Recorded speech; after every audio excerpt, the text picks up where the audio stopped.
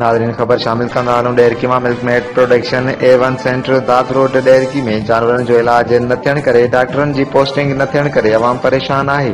जीअं त मिल्कमेट production A1 centre दात रोड डेरकी जेको 10-12 सालनि खां हलंदड़ हुयो, जिते जानवरनि जी बीमारियुनि जो इलाज ऐं केयर कई वेंदी हुई, तक़रीबन वॾे अरसे खां डॉक्टरनि जी पोस्टिंग न थियण करे वीरान पयल आहे। एक चौकीदार जे रहम करम ते छॾियो वियो आहे। डेरकी जी पसगिरदाई तक़रीबन बहिराड़ी वारनि इलाइक़नि सां मुंसलिक आहे, जंहिंजो ख़ासि करे चौपाई माल ते गुज़र सफ़र जो ज़रियो आहे। Minister live stock fisheries department खे हिन ख़बर ज़रिए आगाह कजे थो त जल्द अज़ जल्द डॉक्टरनि जी पोस्टिंग करे अवाम जो मुंहुं चारो ख़त्म कयो वञे। लाइक कयो असांजे वीडियो खे, वधीक मालूमात जे लाइ सब्सक्राइब कयो असांजे चैनल खे, बेल आइकन ते क्लिक कयो त जीअं ईंदड़ वीडियोज़ अव्हां ताईं वक़्त सर पहुची सघनि।